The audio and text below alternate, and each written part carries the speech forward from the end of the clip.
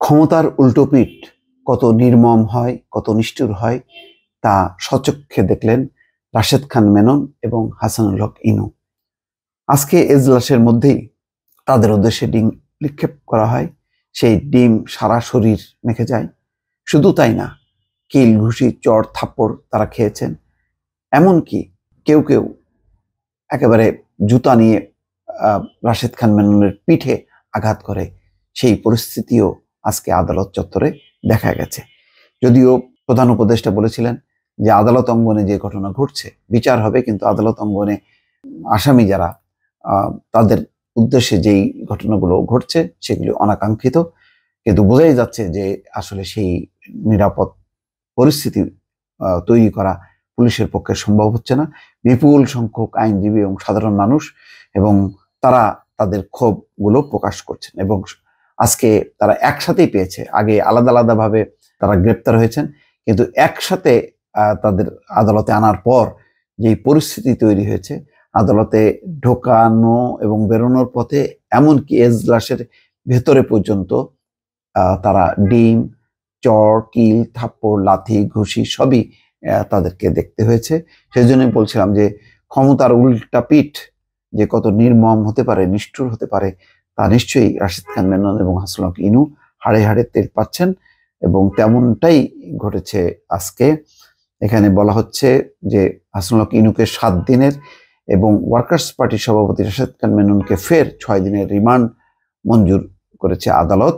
মঙ্গলবার Dhaka metropolitan magistrate Ali হায়দারের আদালত new market থানায় দায়ের করা ব্যবসায়ী আব্দুল ওয়াদুদ হত্যা মামলায় ইনুকে 7 দিনের রিমান্ড মঞ্জুর করেন এবং ঢাকার মেট্রোপলিটন ম্যাজিস্ট্রেট সাইফুর রহমানের আদালত আদাবর থানায় দায়ের হওয়া গার্মেন্টস কর্মী রুবেল হত্যা মামলায় মেননকে 6 দিনের রিমান্ড মঞ্জুর করেন। এ সময় আসামিদের লক্ষ্য করে এজলাসের মধ্যেই ডিম ছোড়েন বিক্ষুব্ধ আইনজীবীরা। এজলাস থেকে আদালতে নিয়ে যাওয়ার পথে একজন ক্ষুব্ধ আইনজীবী রাশেদ খান মেননের পিঠে জুতা দিয়ে চপেটাঘাত করতে দেখা যায়। এদিন পুলিশ ও সেনাবাহিনীর কড়া নিরাপত্তায় আদালতে আনা হয়। 5টা 10 মিনিটে এজলাসে তোলা হয় রাশেদ খান মেনন ও হাসানুল হক ইনুকে। এজলাসের মধ্যেই তাদেরকে লক্ষ্য করে ডিম ছুড়েন কয়েকজন আইনজীবী।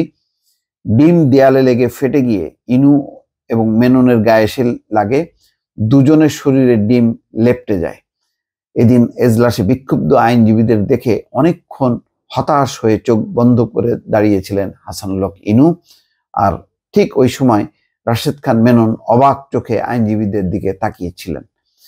তিনি কাঠগড়ায় দাঁড়িয়ে পড়ে যাচ্ছিলেন। এ সময় 2জন পুলিশ সদস্য তাকে ধরে দাঁড়িয়েছিলেন। গারদে নিয়ে যাওয়ার পথে একজন আইনজীবী রাশেদ খান মেননের পিঠে জুতা দিয়ে চপেটাঘাত করেন। এর আগে এজলাসে আনার সময়ও বিক্ষুব্ধ আইনজীবীরা আসামিদের লক্ষ্য করে ডিম ছোড়েন। এই সময় তাদের ছোড়া ডিম আসামিদের শরীরে এসে পড়ে।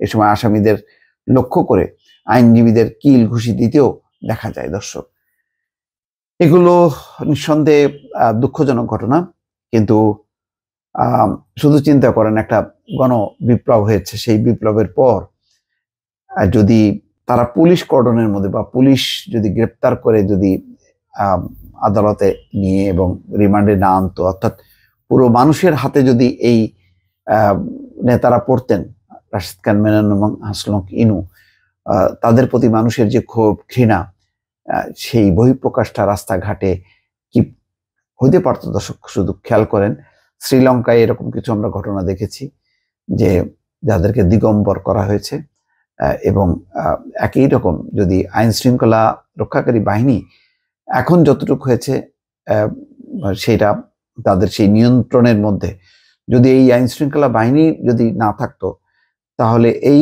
নেতাদের অবস্থাটা কি হতো শুধু কল্পনা করেন। দর্শক, এই ঘটনাগুলো একেবারেই যে কি বলে অস্বাভাবিক তা না।